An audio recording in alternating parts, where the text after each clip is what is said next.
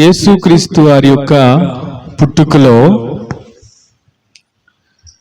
అనేక విషయాలు పరిశుద్ధ గ్రంథం మనకు తెలియచేస్తా ఉంది.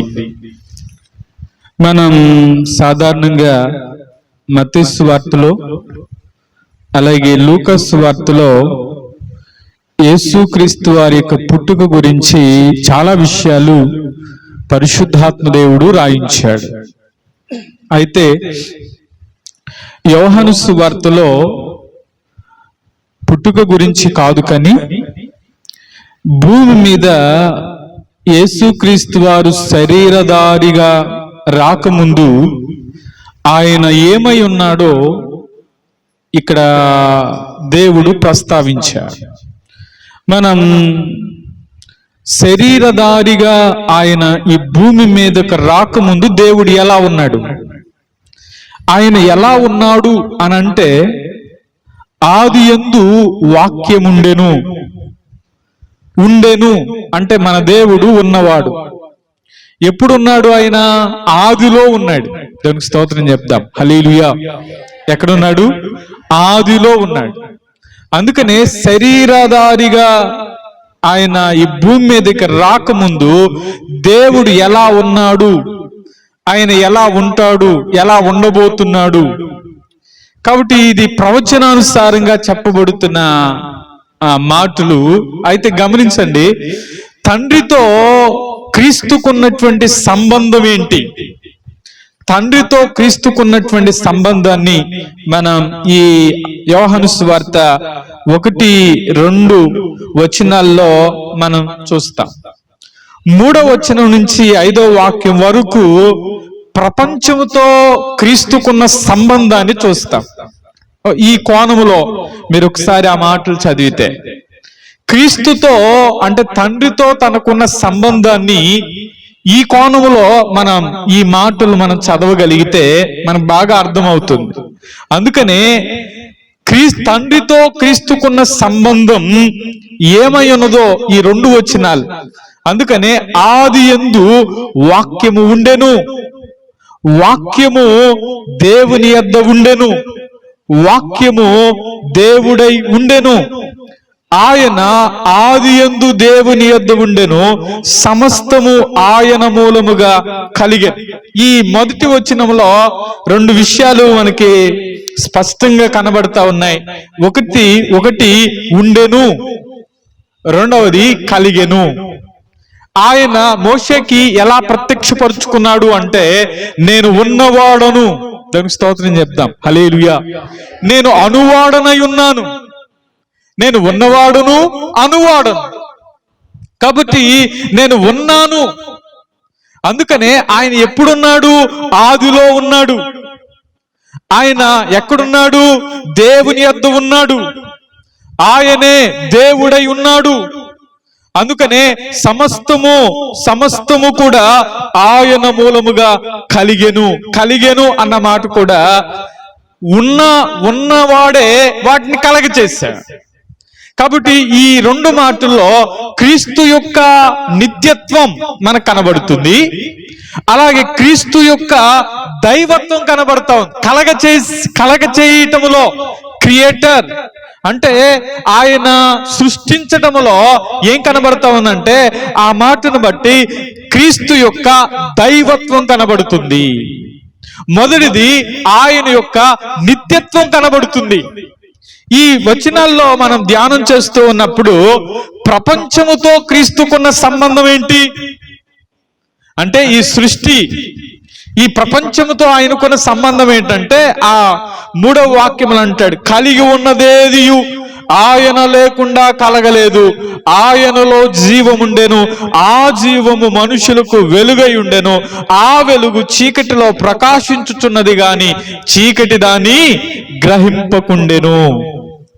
అంటే ఈ మాటలో ఆయనే సృష్టికర్త. ఈ 2 వచనాలు మనం ఈ 3 వచనాల్లో ఏం కనబడుతుందంటే, ఆయన సృష్టికర్త. ఆయన ఏం చేశాడంటే, ఆయనలో జీవం ఉంది, ఆ జీవము మనుషులకు వెలుగై ఉంది. దేవునికి స్తోత్రం చెప్దాం, హల్లెలూయా. మనం ఆది కాండంలోనికి వెళ్తే మొదటి అధ్యాయంలో ఆయన ఏం కలగచేశాడు? మొదటి వాక్యములో ఆది యందు దేవుడు భూమి ఆకాశములను సృజించెను. ప్రపంచములో దేవుడు ఏం సృజించాడు అంటే భూమిని ఆకాశమును సృజించాడు. మూడవ వాక్యములో అక్కడ చూడండి, భూమి నిరాకారముగా శూన్యముగా ఉన్నప్పుడు చీకటి అగాధ జలముల మీద కమ్మి ఉండెను, దేవుని ఆత్మ జలముల మీద అల్లాడుచుండెను, దేవుడు వెలుగు కమ్మని పలకగా వెలుగు కలిగెను. దేవుని స్తోత్రం చెప్దాం, హల్లెలూయా. కాబట్టి ఈ వాక్యాన్ని బట్టి దేవుడు ఏం కలగచేశాడు అంటే వెలుగును కలగచేశాడు. సృష్టించింది ఆయనే భూమి ఆకాశములను. అలాగే భూమి మీద అంటే శూన్యములో ఏముందంటే చీకటి అలుముకొని ఉంది. ఆ చీకటి పోవడానికి దేవుడు వెలుగును కలగచేశాడు. అలాగే ఆ 7వ వాక్యములో దేవుడు ఏం కలగచేస్తూ వచ్చాడంటే ఆయన 27వ వాక్యములో ఆయన మనం చదువుతాం, దేవుడు తన స్వరూపమందు నరుని సృజించెను, దేవుని స్వరూపమందు వారిని సృష్టించెను, అలాగే స్త్రీని గాను పురుషుని గాని వాను ఏం చేశాడంట? వారిని సృష్టించాడు. కాబట్టి ఈ మాటలను బట్టి దేవుడు వెలుగును చేశాడు. అలాగే దేవుడు జీవమును ఊదినట్లుగా మనం చూస్తాం. 2వ అధ్యాయం 7వ వాక్యములో ఏం కనబడుతుందంటే దేవుడైన యెహోవా నేలమంటిలో నరుని నిర్మించి వాని నాసికారంధ్రములో జీవవాయువును ఊదగా నరుడు జీవ ఆత్మాయను. దేవుడు సృష్టిని చేసిన తర్వాత దేవుడు దేన్ని కలగచేశాడంటే వెలుగును కలగచేశాడు. అలాగే వెలుగును కలగచేసిన తర్వాత దేవుడు ఏం కలగచేశాడంటే జీవాన్ని కలగచేశాడు. దానికి స్తోత్రం చెప్దాం, హల్లెలూయా. సరే, ఇది ఇంట్రడక్షన్ గా నేను చెప్తున్నటువంటి మాటలు. అయితే ఈ మాటలో నుంచి దేవుడు మనతో మాట్లాడుతున్న క్రిస్మస్ సందేశం ఏంటంటే చూడండి, ఆ మాటలో 4వ వాక్యములో ఆయన అన్న మాట, ఆయనలో జీవముండెను, ఆ జీవము మనుషులకు వెలుగయుండెను, ఆ వెలుగు చీకటిలో ప్రకాశించుచున్నది గాని చీకటి దాని గ్రహింపకుండెను. ఈ మాటను బట్టి అంటాను, మన దేవుడు ఏమై ఉన్నాడు అంటే వెలుగై ఉన్నాడు. దేవునికి స్తోత్రం చెప్దాం, హల్లెలూయా. చీకటి ఏం చేస్తా ఉందంటే దాన్ని గ్రహింపకుండెను. చీకటి ఉన్న చోట వెలుగు ఉండదు, వెలుగున్న చోట చీకటి ఉంది. అంతేనంటారా? ఇప్పుడు రాత్రి మనం దీపం వెలిగించుకున్నప్పుడు ఈనాటి కాలంలో కరెంట్ వచ్చేసింది. కరెంటు పోయింది అని అంటే ఏమైపోయింది చెప్పండి? అప్పుడు అదంతా చీకటి అయిపోయింది. ఇప్పుడు అలాగే ఆనాటి కాలంలో దీపాలు ఉండేవి, కిరోసిన్ దీపమో లేకపోతే నూనెతో దీపాలు వెలిగిస్తూ ఉండేవా. ఆ కిరోసిన్ ఉన్నంతసేపే ఆ దీపం వెలుగుతుంది. ఆ కిరోసిన్ అయిపోయిన తర్వాత వెలుగుతుందా? వెలుగు. నూనె అయిపోయిన తర్వాత దీపం వెలుగుతుందా? వెలుగు. అంటే ఆ నూనె ఏం చేస్తా ఉందంటే వెలిగిస్తుంది. నేను ఈరోజు మీతో చెప్పాలనుకున్నటువంటి మాట ఏంటంటే, ఈ లోకములో ఉన్న వెలుగంతా కృత్రిమమైనది, ఈ లోకములో ఉన్న వెలుగంతా తాత్కాలికమైనది, ఈ లోకములో ఉన్నదంతా ఇదిగో ఒక సపోర్ట్ లేకపోతే కరెంట్ అనేది ఒకవేళ నీటి నుంచి తీస్తా ఉంటారు కదా, ఇప్పుడు నీరు లేకపోతే కరెంటు పాస్ అయ్యిదా? ఇప్పుడు కరెంట్ అనేది పలు విధాలుగా తీస్తా ఉన్నారు. ఇప్పుడు సూర్యరశ్మి ద్వారా కూడా కరెంట్ ఏమవుతుంది? ఉత్పత్తి చేస్తా ఉన్నారు. బొగ్గు గనుల్లో నుంచి కరెంటుని ఉత్పత్తి చేస్తా ఉన్నారు. ఆనాటి కాలంలో ట్రైన్స్ ఎలా నడిచాయి అంటే బొగ్గుతోనే నడిచాయి. ఇప్పుడు కరెంట్ వచ్చేసిందిలేండి. కొన్ని ప్రాంతాల్లో అయితే కరెంట్ లైన్ లేని ప్రాంతాల్లో ఇప్పటికీ కూడా బొగ్గుతో నడిచే ట్రైన్స్ ఉన్నాయి. అయితే గమనించండి, ఆ వెలుగు అనేది తాత్కాలికమైనదే.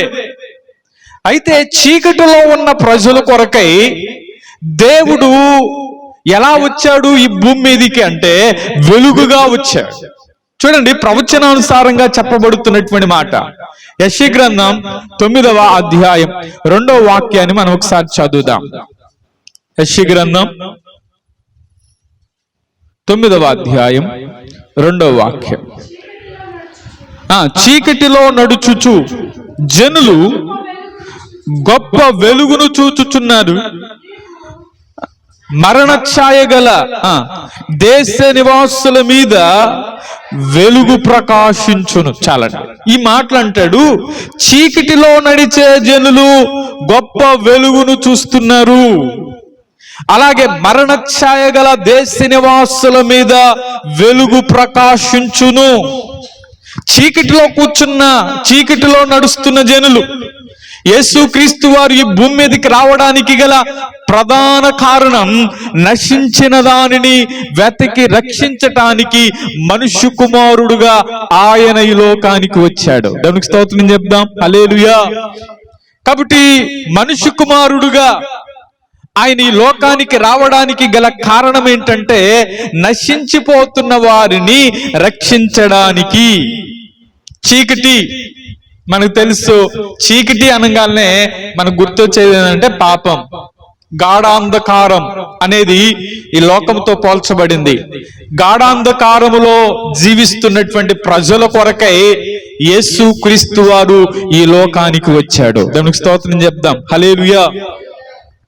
నేను ఇక్కడ ఓ మాటలు చెప్తాను, జాగ్రత్తగా వినండి.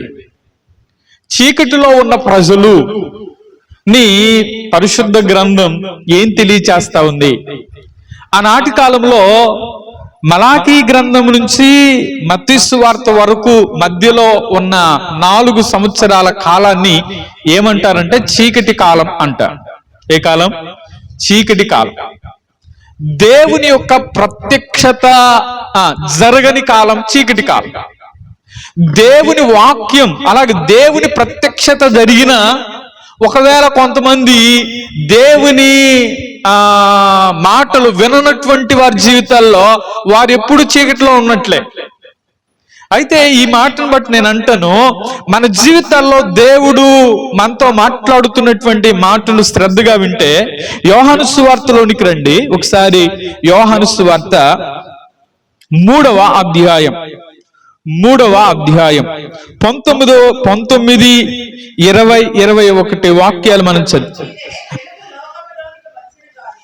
ఆ తీర్పు ఇదే, వెలుగు లోకములోనికి వచ్చెను గాని తమ క్రియలు చెడ్డవైనందున మనుషులు వెలుగును ప్రేమింపక చీకటినే ప్రేమించిరి. దుష్కార్యము చేయు ప్రతి వాడును వెలుగును ద్వేషించును, తన క్రియలు దుష్క్రియలుగా కనబడకుండునట్లు వెలుగునొద్దకు రాడు.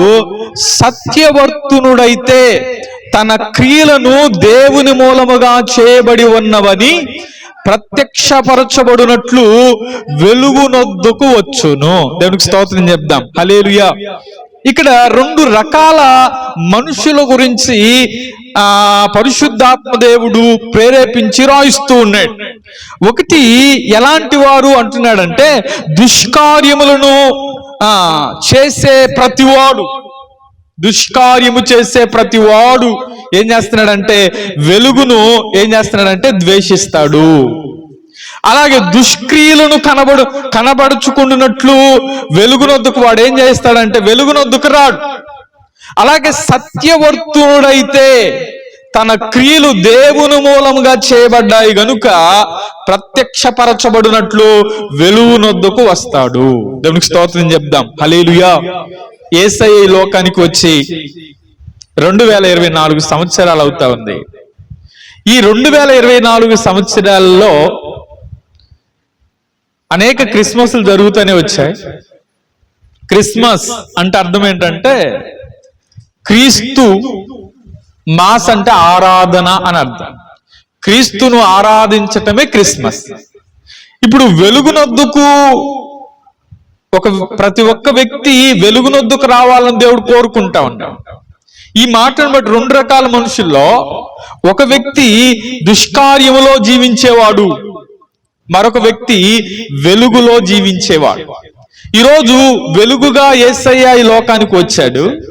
అయితే వెలుగుగా వచ్చిన యేసయ్య దగ్గర యేసయ్య దగ్గరికి మనం వెళితే మన జీవితాలను కూడా వెలుగుమయం చేయునుగాక. చూడండి, చాలా మంది ఈ దుష్కార్యము చేయు ప్రతి వాడు దేన్ని ద్వేషిస్తాడంటే వెలుగును ద్వేషిస్తాడు అంటాడు. చూడండి, అక్కడ అంటాడు దుష్కార్యము చేయు అని రాసి పైన 4 అనేసాడు. అంటే ఏమంటున్నాడు కింద? అభ్యసించువాడు, దుష్కార్యములను అభ్యసించేవాడు అంటాడు.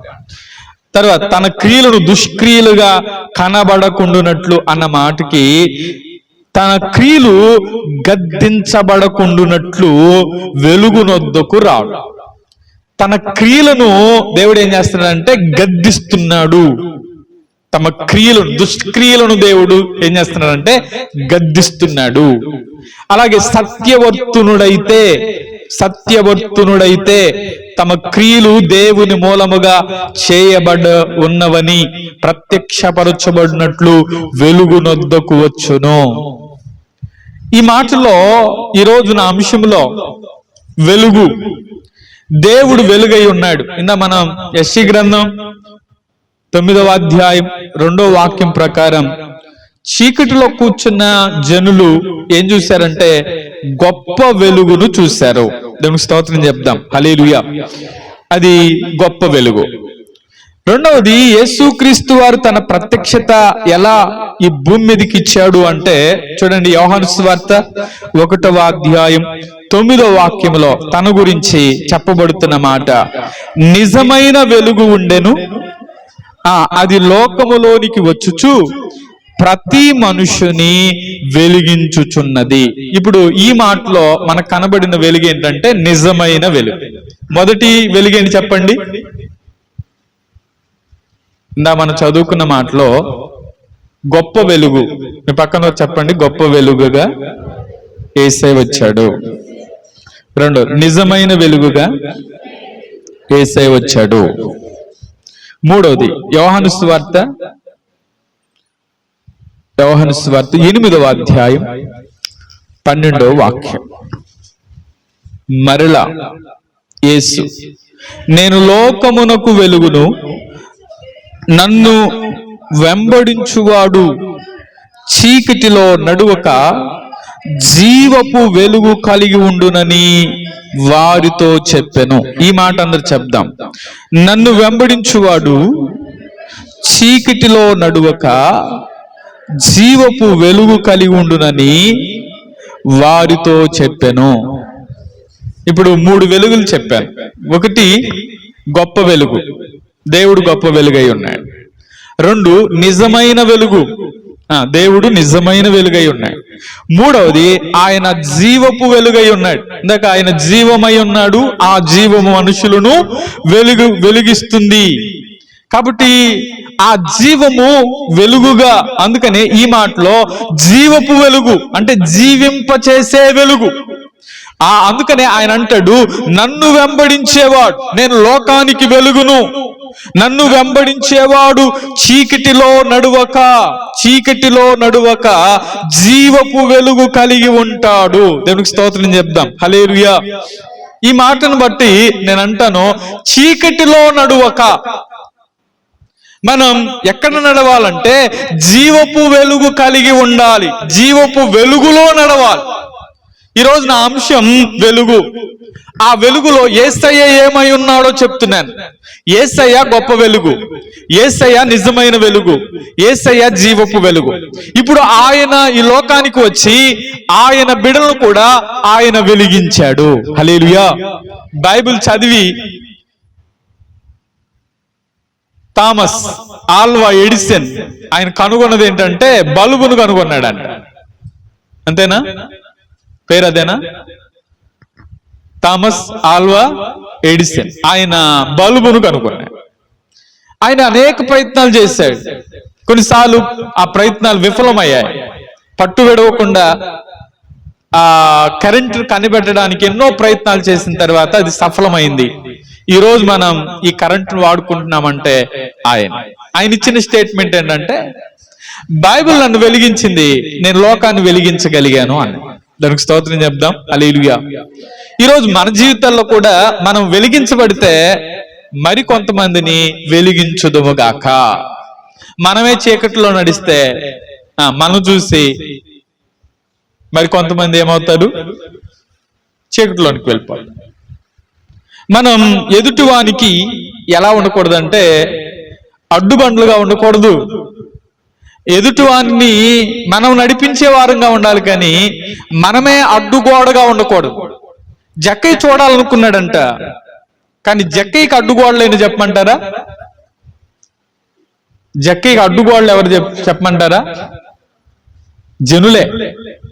అసలు పొట్టోడని అక్కడ గుంపులుగా ఉన్నారు. యేసయ్య చుట్టూ ఉన్నవారే జక్కయ్య చూడకుండా చేయడానికి కూడా కారణం అని చెప్పొచ్చు. నేను ఈరోజు సూటిగా ఒక మాట అంటాను. ఆ మాట ఏంటంటే, నిన్ను బట్టి మరి కొంతమంది దేవుని యొద్దకు రావాలి. దేవుడిని ఈరోజు ఎలా అయిపోయిందంటే అవసరం కోసం వాడుకోవటం ఎక్కువైపోయింది. యోబు గ్రంథం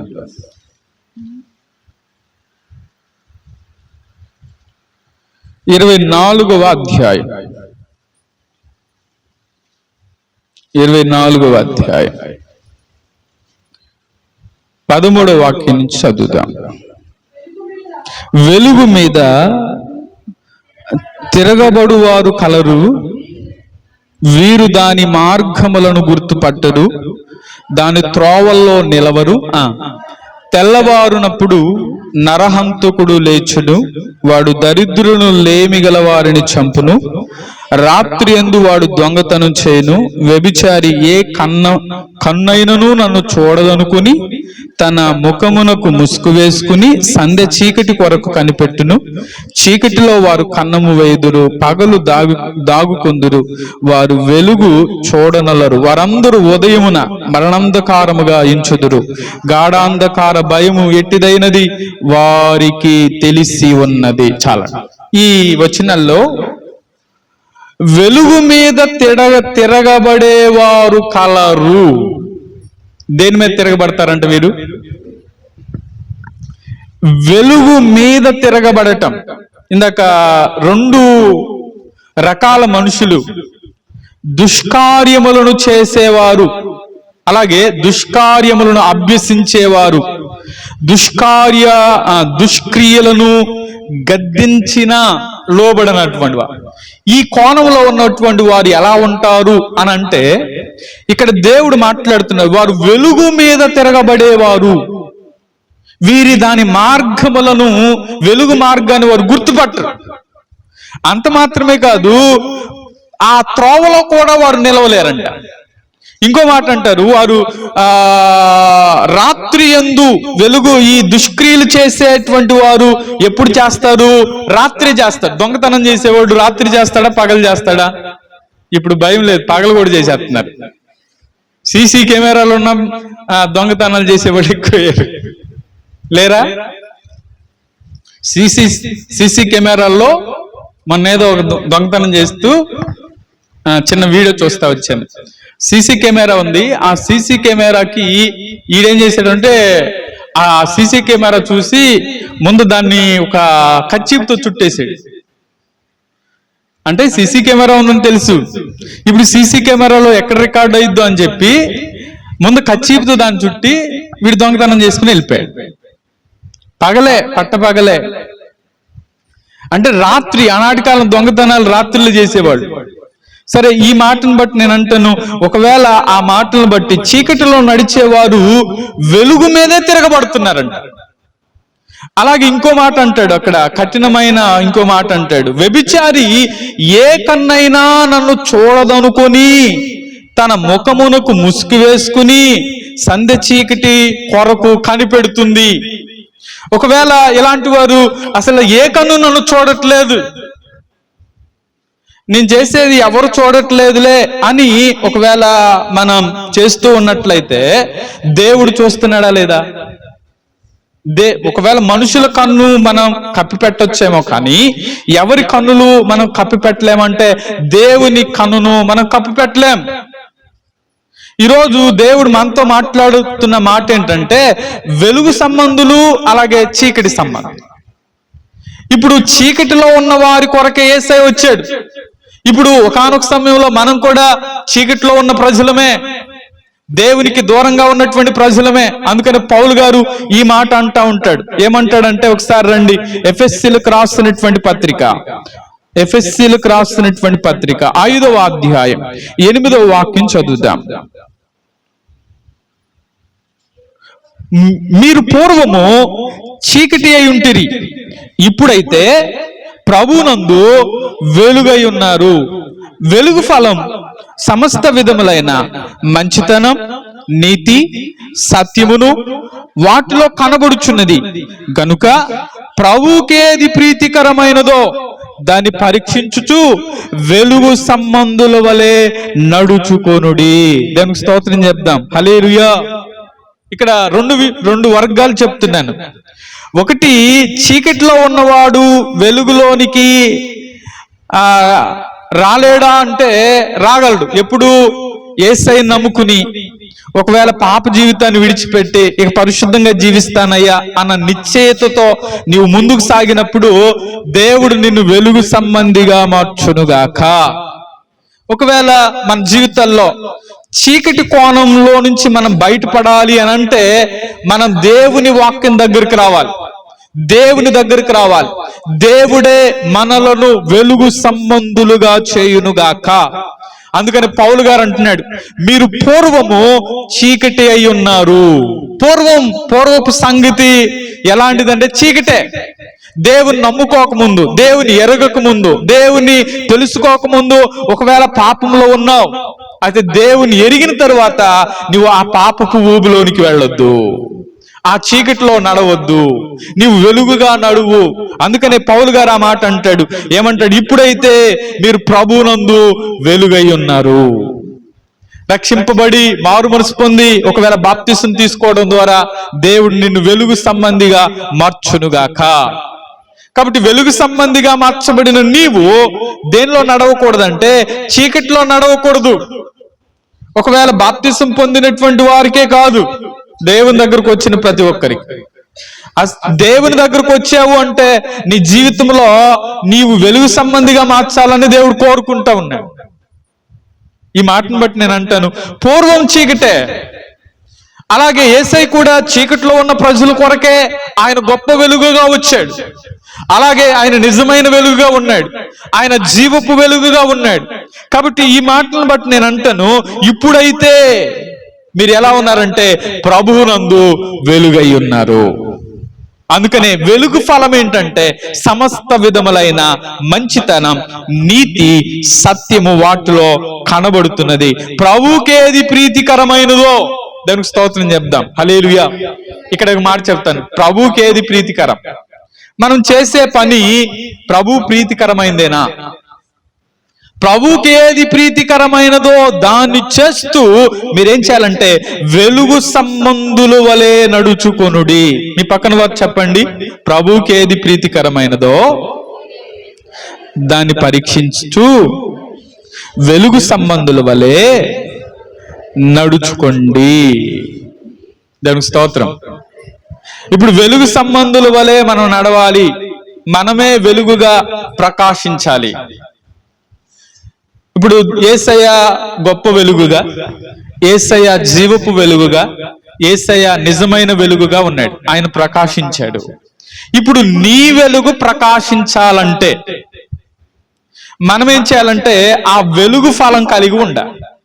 ఈ వెలుగు ఫలం ఏమై ఉంది? 3 విషయాలు. 1 మంచితనం, 2 నీతి, 3 సత్యం. మనలో ఈ వెలుగు ఫలం కనబడునుగాక. ఈ కనబడిందే ప్రకాశిస్తుంది. దానికి స్తోత్రం చెప్దాం. హల్లెలూయా. ఇప్పుడు ప్రకాశించాలి, మన వెలుగు ప్రకాశించాలంటే ఏం చేయాలి? ఇప్పుడు నీలో మంచితనం ఉందా?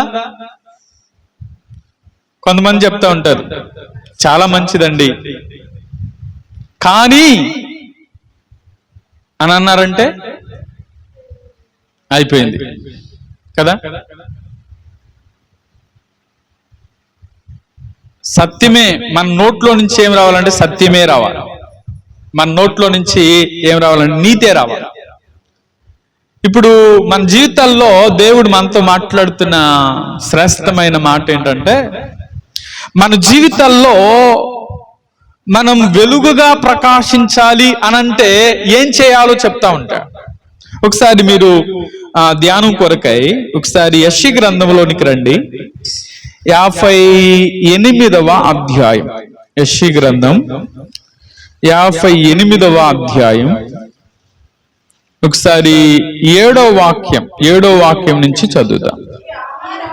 నీ ఆహారము ఆకలిగొనిన వారికి పెట్టుట, నీ రక్త సంబంధికి ముఖము తిప్పుకుండుట, దిక్కుమాలిన బేదలను నీ ఇంట చేర్చుకొనుట, వస్త్రహీనుడు నీకు కనబడినప్పుడు వానికి వస్త్రాలు ఇచ్చుట, ఇదే కదా నాకు ఇష్టమైన ఉపవాసం. అలాగున నీవు చేసిన ఎడల నీ వెలుగు వేకువ చుక్కవలే ఉదయించును. ఈ మాట అందరూ చెప్తారా? అలాగు నీవు చేసిన ఎడల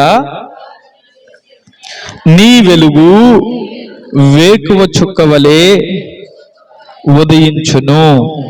ఇంకోసారి, అలాగు నువ్వు చేసిన ఎడల నీ వెలుగు వేకువ చుక్కవలే ఉదయించును. అలాగ చేయటం అంటే ఆ పైన చెప్పిన ఆ మాటలన్నీ చేయాలి. ఆ పైన చెప్పిన మాటలు ఏమంటాడు? నీ ఆహారం ఆకలిగొన్న వారికి పెట్టు. దానికి స్తోత్రం చెప్దాం. హల్లెలూయా. నీ రక్త సంబంధికి నువ్వు మొహం తిప్పొద్దు. దిక్కుమాలిన వాడిని ఇంట్లో చేర్చుకో. వస్త్రహీనుడు కనబడితే ఏం చెయ్యి? వానికి వస్త్రాలు ఇవ్వు. ఎవరైనా అడుక్కునే వాళ్ళు వచ్చారనుకోండి, ఏమంటారు చెప్పండి? ముందు ఫస్ట్ వచ్చే మాట, అటు వెళ్ళరా, పక్కింటికి పోయా అంటారు. వాడు వెళ్తాడు కానీ మళ్ళా రాడు. ఆహారం అనేది ఎవరికి పెట్టాలంటే ఆకలి కొన్న వారికి పెట్టాలి. ఇప్పుడు ఒకవేళ ఆకలి లేని వాడికి ఆహారం పెడదామంటే చాలే అంటాడు, అంతేనా? కాబట్టి ఆహారం ఆకలి కొన్న వారికి, ఇప్పుడు వారికి అవసరం అన్నప్పుడు ఆకలి కొన్న వారికి తప్పకుండా మనం ఏం చేయాలంటే ఆహారం పెట్టాలి. రెండవది ఇక్కడ అంటాడు, ఏమన్నాడు ఆ మాట? రెండో మాట, నీ రక్త సంబంధికి ముఖము తిప్పకుండా ఉండుట. ఇప్పుడు రక్త సంబంధులు ఒకవేళ ఏదన్నా నీ అన్నో లేకపోతే చెల్లిలో లేకపోతే తమ్ముడో లేకపోతే నీ రక్త సంబంధులే ఒకవేళ బలహీనతలో ఉండి నీ దగ్గరకు వచ్చినప్పుడు కొంత డబ్బులు వేయ అనంటే మొట్టమొదటి వచ్చే మాట ఇప్పుడు లేవు. ఉన్నా కూడా నోట్లో నుంచి వచ్చే మాట ఇప్పుడు దొరకవు. నేను ఇది చదువుతున్నప్పుడు నాకు ఒక కథ గుర్తొచ్చింది. అంటే జరిగిన సంఘటన. తండ్రి పొలంలో పని చేస్తా ఉన్నాడు. పిల్లోడిని ఒక పక్కన గట్టు పక్కన కూర్చోపెట్టాడు. అయ్యా, ఏదన్నా ఎలుగుబంటో సింహమో వస్తే నన్ను పిలువు, నేను వస్తాను అని. ఏది నానా పులి కదా. ఇప్పుడు పులి వస్తే నన్ను పిలువు అన్నాడు. సరే, ఆయన పని చేస్తా ఉన్నాడు, ఈయన గట్టు పైన కూర్చుని ఉన్నాడు. సరే, లోపల పని చేస్తా ఉంటే వచ్చేది కనపడదు కదా అని చెప్పి, నువ్వు పెద్దగా కేకేస్తే నేను వస్తాను.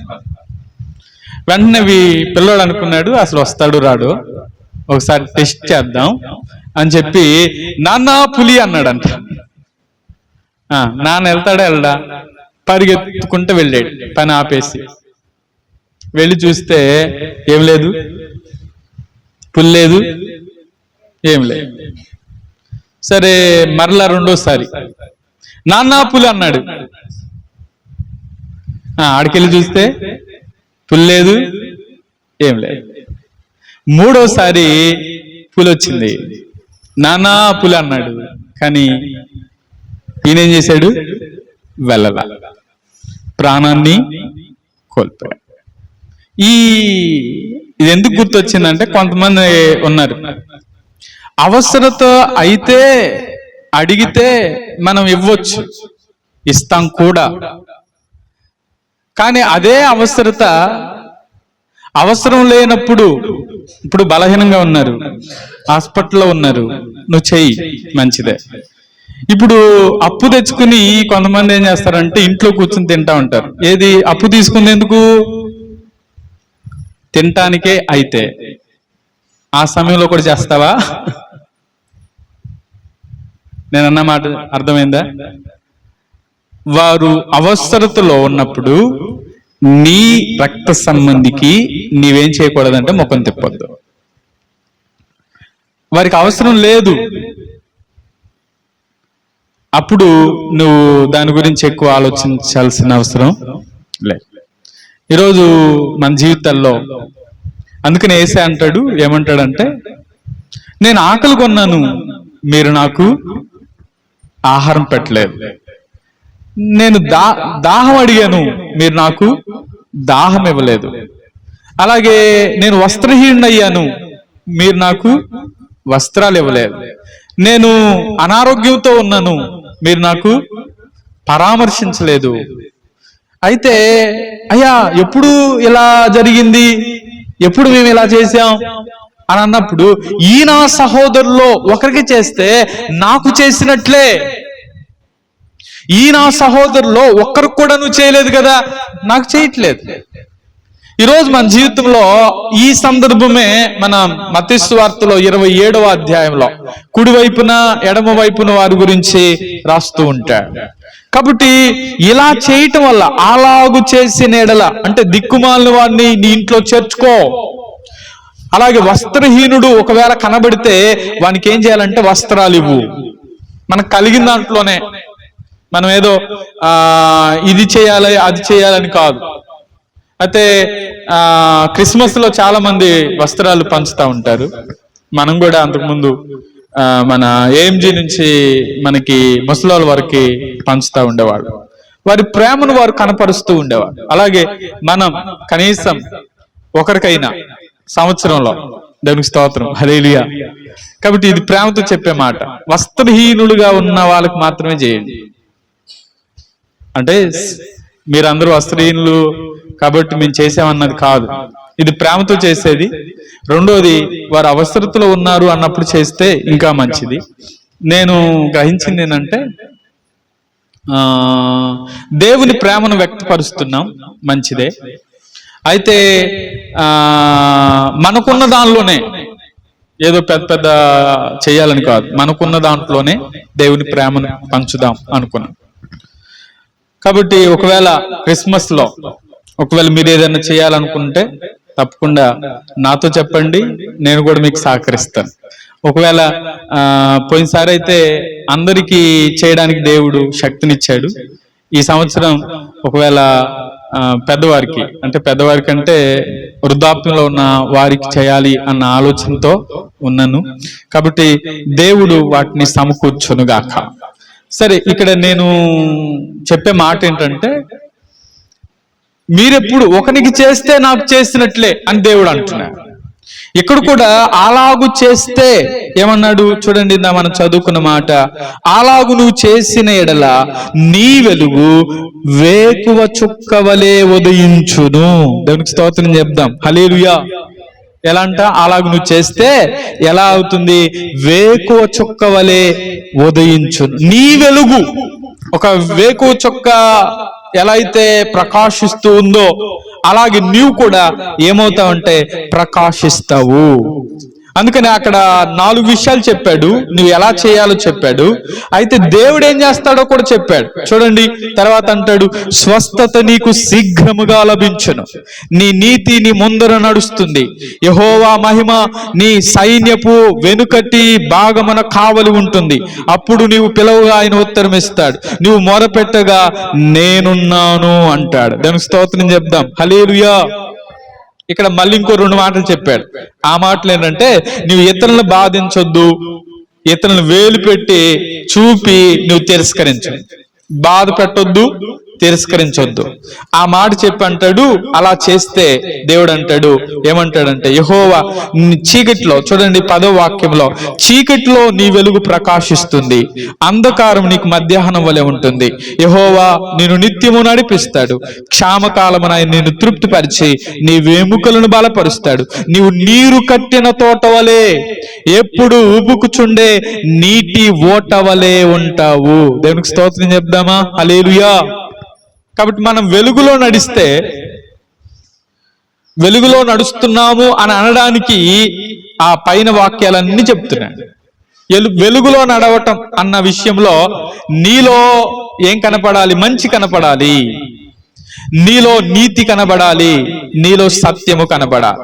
ఎప్పుడైతే ఈ 3 నీలో కనబడతాయో అప్పుడే ఆకలి కొన్ని వారికి ఆహారం పెడతావు. ఒకవేళ నీ రక్త సంబంధికి నువ్వు మొహం తిప్పకుండా ఉంటావు, అలాగే దిక్కుమాలిన వారిని, బేదలు నీ ఇంట చేర్చుకుంటావు, వస్త్రహీనుడు కనబడితే నువ్వు వస్త్రాలు ఇస్తావు.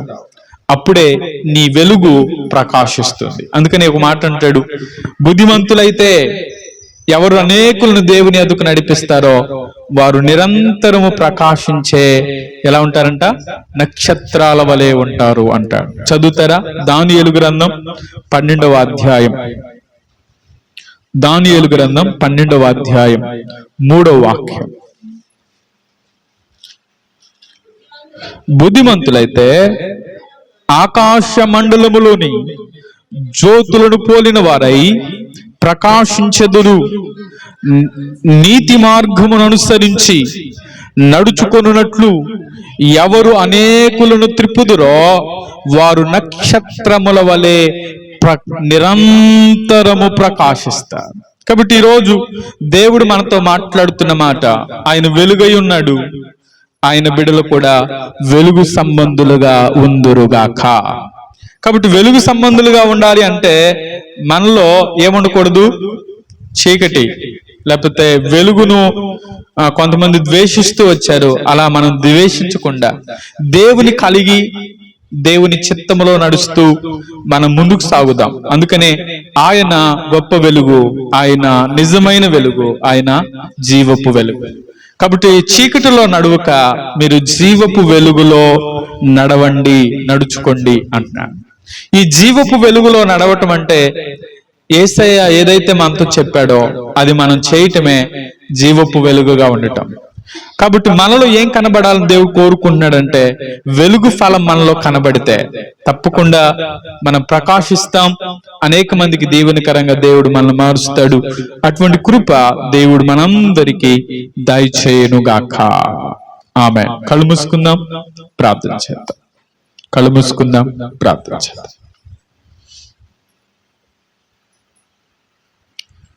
చీకటిలో నేనున్నప్పుడు నీ వెలుగు నాపై ఉదయించెను, చీకటిలో నేనున్నప్పుడు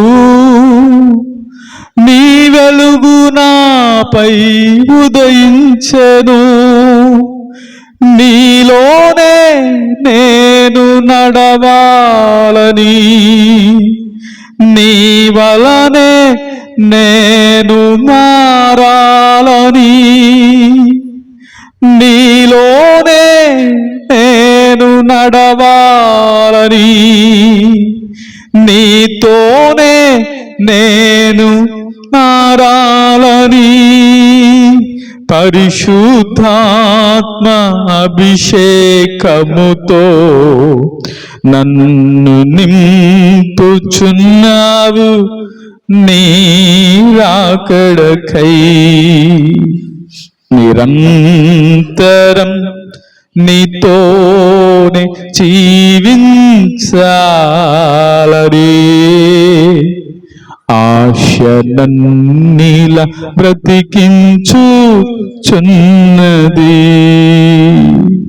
నిరంతరం నీతోనే జీవించాలరే, ఆశ నన్నిల బ్రతికించుచున్నది.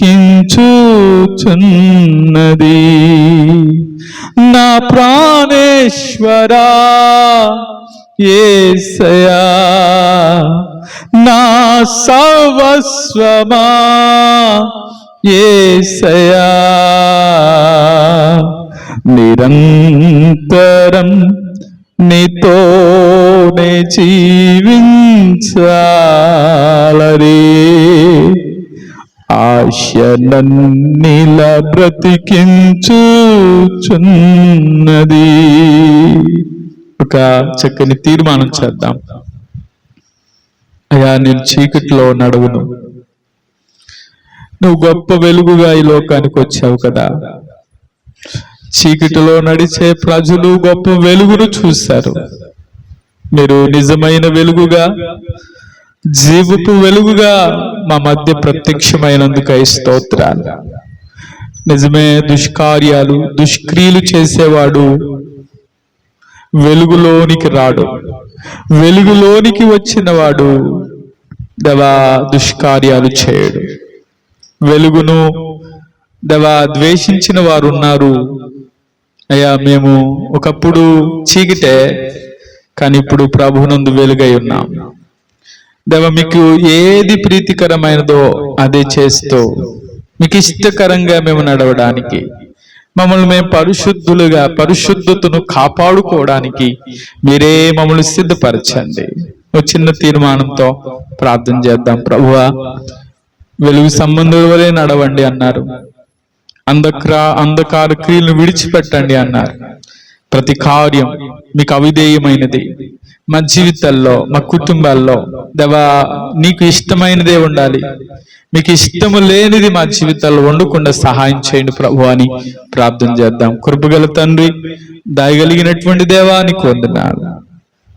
ఈ యొక్క ఉదయకాలం నుంచి మీ సన్నిధి మాతో ఉంచి ఈ మధ్యాహ్న వేళ మాతో మాట్లాడిన ప్రతి మాటను బట్టి స్తోత్ర.